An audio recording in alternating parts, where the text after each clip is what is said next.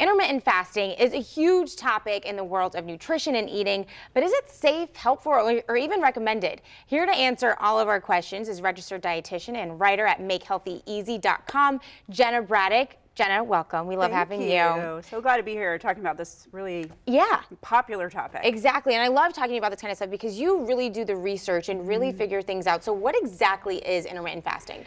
It is defined as a period of either restricted, limited, or no eating, followed by a time frame of, quote, normal eating. And so there's several different styles to this. You might see every other day fasting, so a full 24 hours of fasting followed by a day of normal eating. You might see limited eating windows. That's a common phrase you'll hear in intermittent fasting, where you'll eat for 8 hours, 10 hours, 12 hours, and then follow that with a 12, 14, or 16-hour fast. And then there's certainly religious reasons to fast as well, and I note that because a lot of our research on intermittent fasting actually comes from religion studies. Got it. And so now when you're hearing, you don't eat for hours and hours, it doesn't seem like there would be any benefits to that. So what are some? Right, so it's really interesting. I personally think this is a very exciting area of nutrition research right now. There's still a lot of questions to be answered, but it's very exciting. So what happens is when you have that longer period of fasting, within our cells, certain things literally like switch on, and they're like maintenance crews. Within the DNA, within our mitochondria,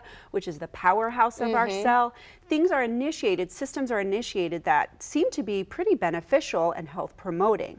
So specifically, the research is looking at intermittent fasting's impact on the prevention or treatment of disease in areas like diabetes, in cancer, in diseases of the brain like Alzheimer's and Parkinson's. And really, the overall arching category is anti-aging.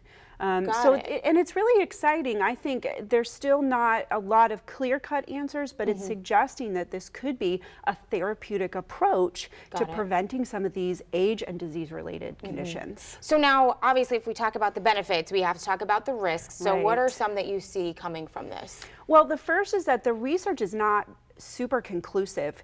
Most of the studies are done in different styles on different populations and even use different fasting protocols. So it's really difficult to make strong population-based conclusions from that. I've read a lot of the research. There's certainly more, and I could have missed some things, but it's very unclear as to how to apply fasting to get these benefits.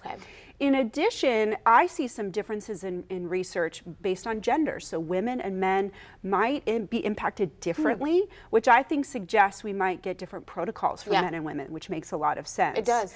And so there's still just a lot of questions to be answered, and I often worry about how the common public or media misinterpret some of those things. Definitely. So really quickly, who are the type of people that should stay away from this, shouldn't even try it? So there's some clear-cut no's to me. First of all, kids, teens, and pregnant women. This is not for you. This is not a good thing.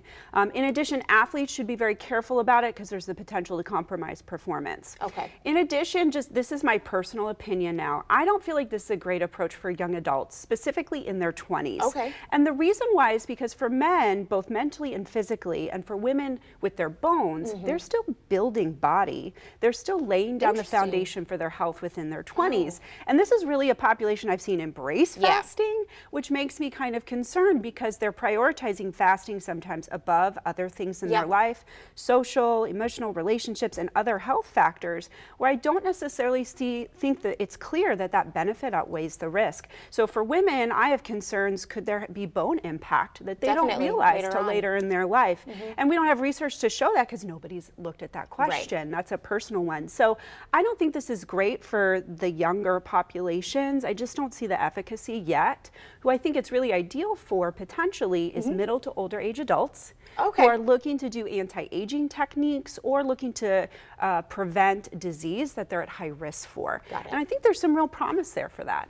All right, Jenna, well, thank you so much. As always, so much great information. You can head over to our website where you can find a link to Jenna's blog about intermittent fasting and so much more. Just head over to our website, firstcoastliving.net.